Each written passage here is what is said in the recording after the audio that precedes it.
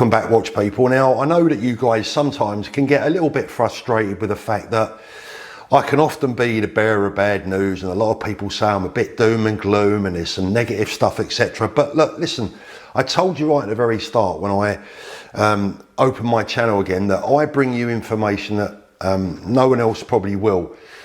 You either like it or you don't. Now, today I'm going to tell you why I'm absolutely sick to death with Rolex, and honestly, I've just had it with them. I've had it with them from top to bottom as a company. I'm going to tell you why, and you bear with me on this one, gents, right? Because you tell me what's going on here. Now, a few weeks back, I made a video that said I was hopefully getting one of the watches that I'd had stolen from me previously back, after the police had contacted me to tell me that Rolex had contacted them to tell that one of the watches that I had stolen from me and I reported in 2015 had shown up at a Rolex service centre. They were now in possession of it and they reported it to the police, etc, etc. All sounded very good, very simple, pretty easy. You know, it's not rocket science, is it? In this instance, I have to say, for the first time in my life, the police officer investigating this, or dealing with it at least, has been really helpful. He's contacted me on numerous occasions telling me what's going on and what the procedure is. Now today, I hadn't heard anything from him for a couple of 3 weeks at least, maybe more. So I just dropped him a courtesy email and said, have you got any news? And he sent me this. Hi Paul, Rolex are insisting we use an organisation called International Mutual Assistance. They won't communicate through any other channel, which is normally used for conducting current international investigations. Long story short, it is not designed for returning stolen property.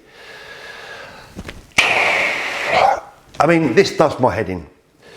So let's get this right. First of all, when Rolex discovered that the watch that they had in their possession for a service had been reported 5 years ago, they contacted the British police because it was in the UK where the theft was reported. They then insisted that I sent them evidence and proof that I did in fact own the watch, like I'm going to report a watch stolen that didn't belong to me, but I guess it can happen, so I understand that. So I sent them proof and all the provenance that they needed, which the police said was fine. It's all been accepted, etc, etc. But now Rolex is saying that they're actually not prepared to deal with the police. They want to go through this organisation called International Mutual Assistance, which I've Googled and I've had a look. Guys, that watch is not coming back to me. This watch is, if it ever comes back, I'll be truly and utterly amazed. Which leaves the questions, why do Rolex even bother having a lost and stolen register? They don't let us use it. As I've said before, I've been campaigning for its reintroduction to the watch world for the safety of watch people all around the world. Why do they even bother to have it if, when they locate a watch, they have it in their possession that has clearly been stolen? All the evidence is there, the facts are there, the crime reports there, the police reports there, everything is there. It's simply a case of parcelling the watch up and sending it to the police force concerned and letting them return it to its rightful owner, which in this case is me.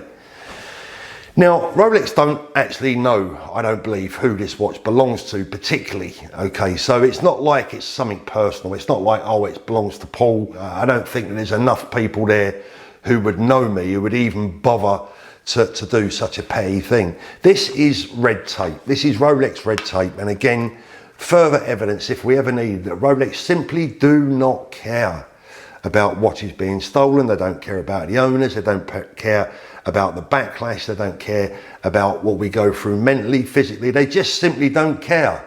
That's the bottom line. So why do they even bother? Rolex, why don't you just scrap your entire lost and stolen register, and instead of pretending that you operate one, why don't you just put a warning on all the boxes of Rolex watches, like they do when you buy a packet of cigarettes, warning, smoking is dangerous. Why don't you just put a warning on the back of all your boxes that says warning, this watch might lead to you being mugged in the street, and if you are, tough luck, because we ain't never going to help you.